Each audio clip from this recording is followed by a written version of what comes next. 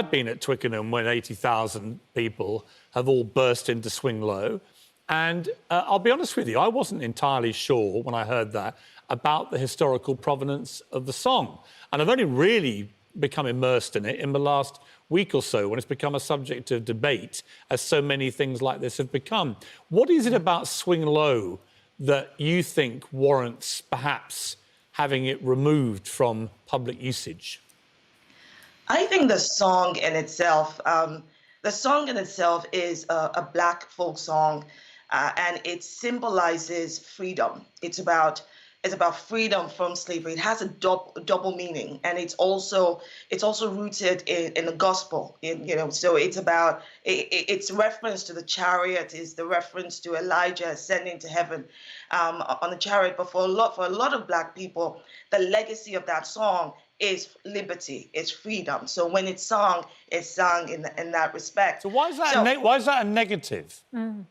I don't think that I do not think it's negative to sing it when we sing it, so whether it's Black, brown, white people singing it. But I recall, just me personally, when I go, swing low, sweet chariot, it has real meaning for me. Now, I don't know what compelled the rugby union to take a step back and look at the context in which it is being sung. I think that the movement right now and the thinking right now is to educate ourselves as a society as to the appropriation of, say, Black culture, Black music. Right, but it's Trevor Phillips. So Trevor Phillips, who's the campaigner, he tweeted, "So Swing Low, Sweet Chariot, celebrating the Underground Railway, written after the Civil War by a freed slave, made popular by the African-American Fifth Jubilee Singers, sung at many Black funerals and civil rights demonstrations, honoured by Congress, now to be banned." He says it was a favourite of Paul Robeson, of Louis Armstrong,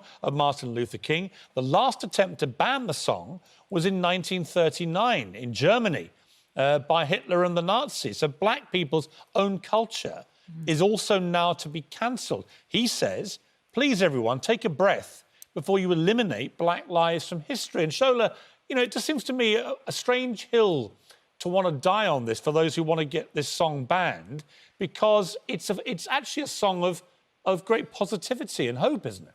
So I don't disagree that it's a song of great positivity and hope. I'm not amongst those who called for it to be banned. I see the sense of any institution like rugby union saying, let's take a step back. And if it means educating rugby fans on the history of the song, the legacy of the song, that is good. There's nothing wrong with that.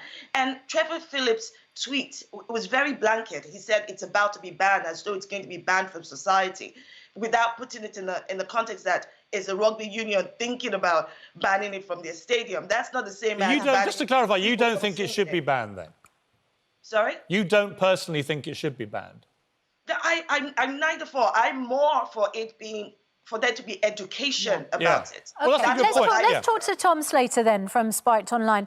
One of the good things about this debate, Tom, and about the statues debate is that it is actually almost a moment of national education, that we're not just taking these things for granted anymore.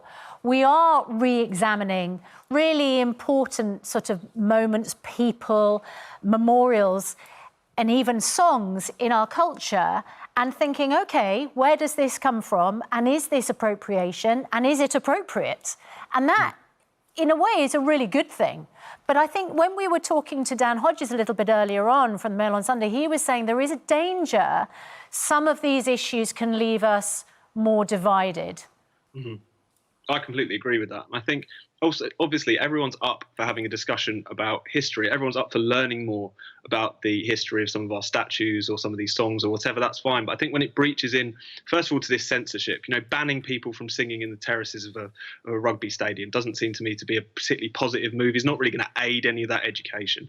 And on the other side, I think we just end up with a very kind of tense climate. And I think Trevor Phillips' point is incredibly well made, because if you end up being so sensitive about a lot of these issues, you end up with something like Swing Low, Sweet Chariot, this beautiful song developed over years and years, again by people who were in bondage when they were singing that song, ends up being somewhat erased from history. How are we remembering or learning the history of that song when you're just telling certain groups of people they can't sing it? Have you seen things, Tom Slater, where you felt in the last 3 weeks, you know what, they've got a point about that, the protesters. For example, when Edward Colston's statue came down, you may have a disagreement about how it got removed. I think mob rule is a dangerous thing. But when I actually studied the history of Edward Colston, quite hard to reach any different conclusion than, well, why are we still celebrating that guy, actually? But when it comes to Churchill, Gandhi and Mandela having to be boarded up, I have a big problem with that, because the totality of their lives, I felt, far outweighed the negative in terms of the positive they did. It's, you know, it's tricky. It's a complicated thing, but where do you feel that line is?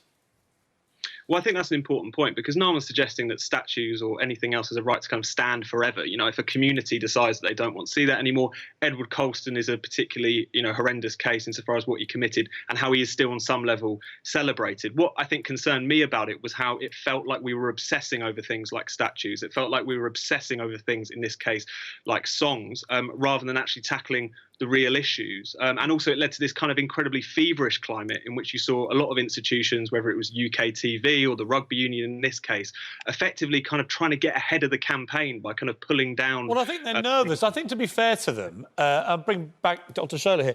I think, to be fair to the rugby football union, I think they're nervous. Like a lot of corporate entities right now, they come under a lot of fire and they want to be seen to do the right thing. And they haven't actually banned it. They said, we're going to take a look at this. And Prince Harry, I think, not to unfairly categorise him, I think he said he'll support what the Rugby Football Union decide to do.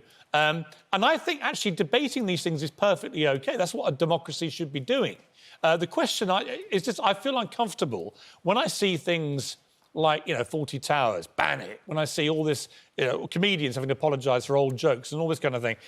I have a problem with transporting today's standards of morality and perhaps ethical bar to going back 10, 20, 30, 40 years and expunging everything because it doesn't meet today's standards. But you see, Piers, it was not OK back then. It also wasn't OK back then. The fact that people are cutting on to that fact now does not mean that that was OK then. You have to, I mean, think about examples of times you've been in a room with other people and they use what would be derogatory, comments or racial slurs, and everybody giggles or smiles. It wasn't OK back then. It's not OK now. I agree that the current climate that we're in, especially with the Black Lives Matter movement, which has existed from time immemorial. Black Lives Matter is more than the slang or the logo. That's what Mandela fought for. That's what Martin Luther King fought for. We've always been fighting that we have an equal value of life and liberty. I think when you look at the context right now in 2020, it is right that institutions, individuals take a step back and start to think, okay, what do I need to educate or re-educate myself Black Lives Matter, Shola, on Black Lives Matter, sense. It seems to me there are two things on Black Lives Matter. One is the hashtag and the movement of wanting an end to racial oppression, wanting to embrace racial equality, an end to police brutality, all the things I think most right-minded people should agree with. And then there is the actual organisation, Black Lives Matter, which has publicly called for defunding the police, for an end to capitalisation, everything. You know, when you look at this, can you divorce the two? And do you see issues with the organisation which shouldn't apply to supporting the hashtag? So, for instance, I divorce the two. I have been about equality for Black people and ethnic minorities from day one. My experience goes beyond an organisation that has been in the last few years created to try to create a platform around this. So I would say to anybody that is following the movement, following the protests, whether you're Black, brown or white, that the heart of this is to end systemic and institutional racism.